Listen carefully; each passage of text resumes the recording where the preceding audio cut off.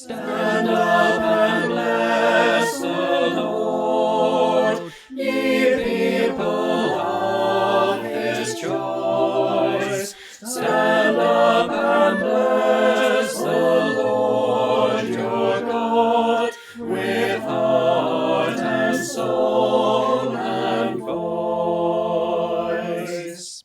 Though high above all praise, above all blessing high, who would not fear his holy name, and laud and magnify? Oh, for the living flame from his own altar brought, to touch our lips a blinding spark, and wing to heaven our thought. God is our strength and song, and his salvation ours. Then be his love in Christ proclaimed, with all our ransomed powers. Stand up and bless the Lord.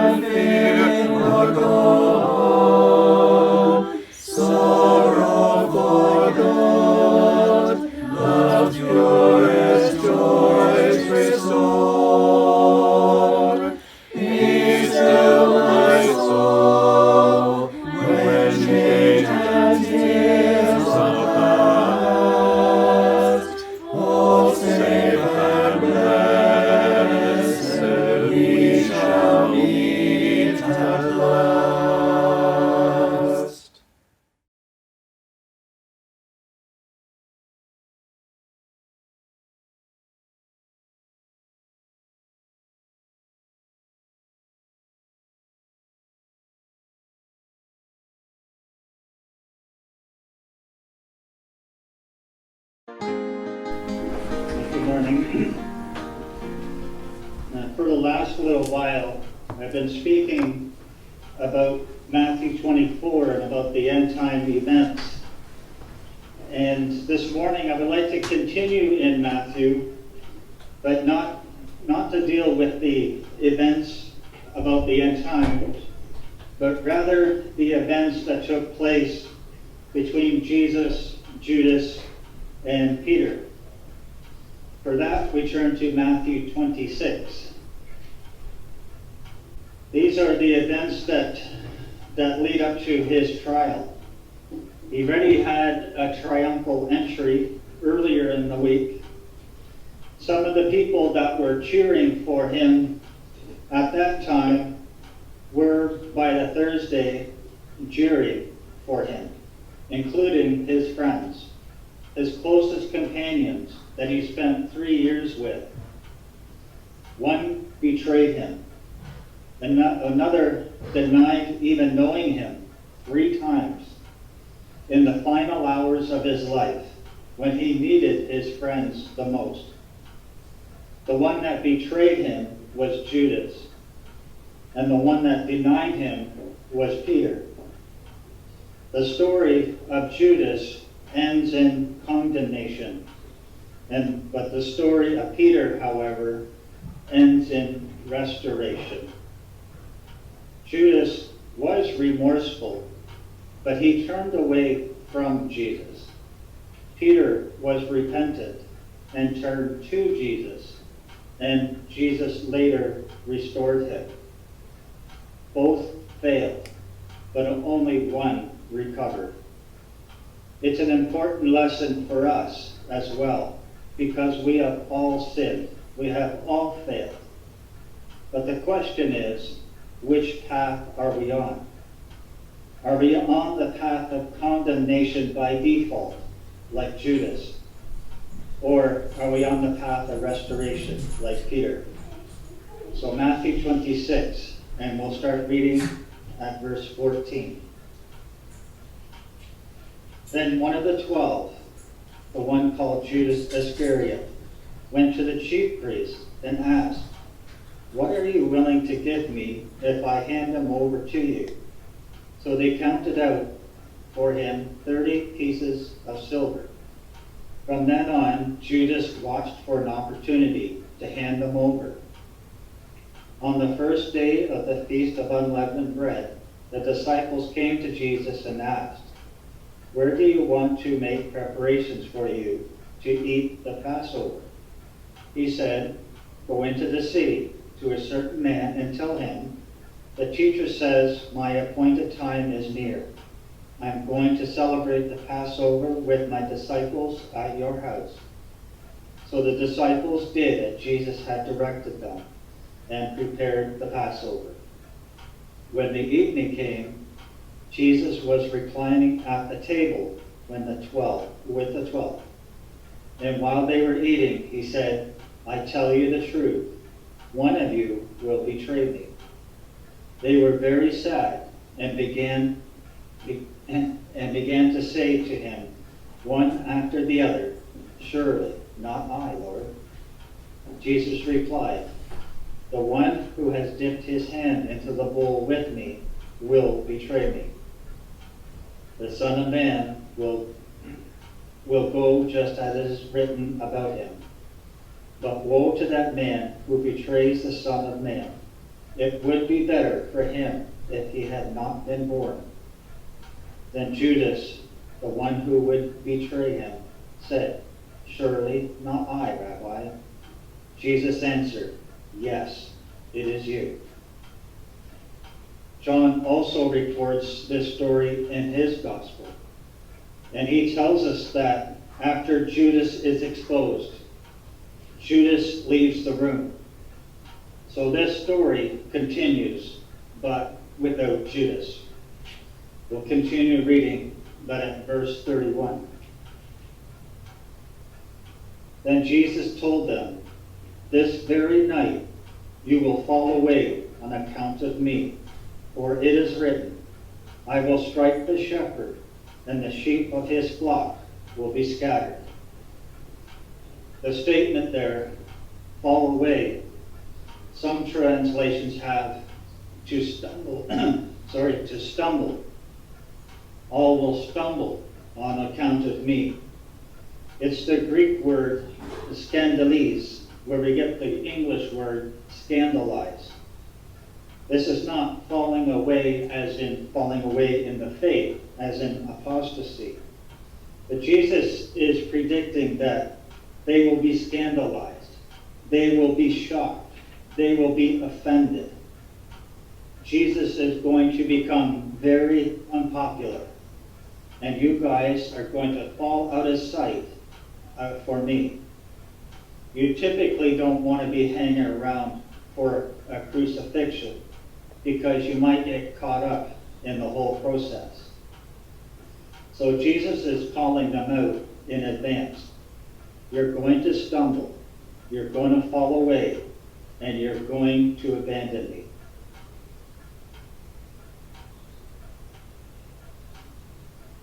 But after I have risen, I will go ahead of you into Galilee. That's verse 32. Peter replied, even if all fall away on account of you, I never will. I tell you the truth, Jesus answered. This very night, before the rooster crows, you will disown me 3 times. But Peter declared, even if I have to die with you, I will never disown you. And all the other disciples said the same. Notice everyone else said the same thing. It's not just Peter that says, I will never deny you. It's all of them. So Jesus exposes the heart of Judas, a betrayer, and exposes the heart of Peter, a denier.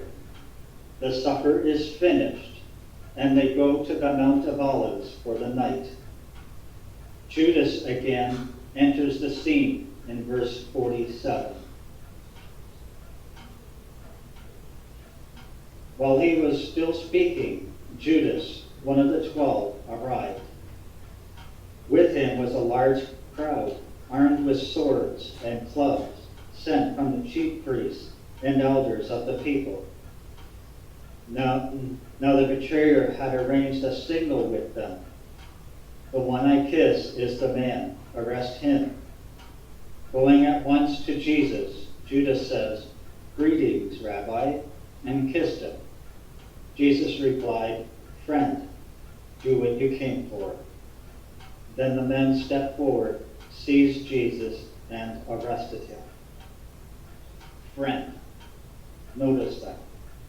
Jesus is still calling him a friend.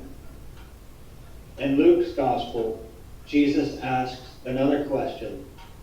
Are you going to betray the Son of Man with a kiss? There's nothing worse than being betrayed under the pretense of love.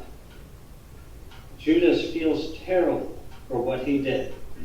We read this in chapter 27, starting in verse 3. When Judas, who had betrayed him, saw that Jesus was condemned, he was seized with remorse and returned the 30 pieces of silver to chief priests and elders. I have sinned, he said, for I have betrayed innocent blood. What is that to us? They replied. That's your responsibility. So Judas threw the money into the temple and left. Then he went away and hanged himself. He was remorseful, but he made no effort to get right with God. He was remorseful, but not repentant, and he took his betrayal with him to the grave. Remorse without repentance is just emotion. But remorse with repentance before God leads to restoration, which Peter models for us. So back in chapter 26, starting in verse 69. Now Peter was sitting out in the courtyard, and a servant girl came to him. You were also with Jesus of Galilee, she said. But he denied it before them. I don't know what you're talking about, he said. Then he went out to the gateway, where another girl saw him and said to the people there, "This fellow was with Jesus of Nazareth." He denied it again with an oath. "I don't know the man."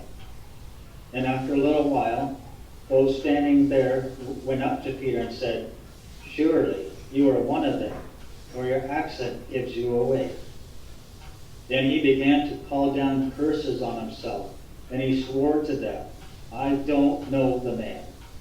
Immediately a rooster crowed. Then Peter remembered the words Jesus had spoken, "Before the rooster crows, you will disown me 3 times." And he went outside and wept bitterly. To weep bitterly means to sob violently. So you can picture a grown man, probably a big burly man. He was a fisherman.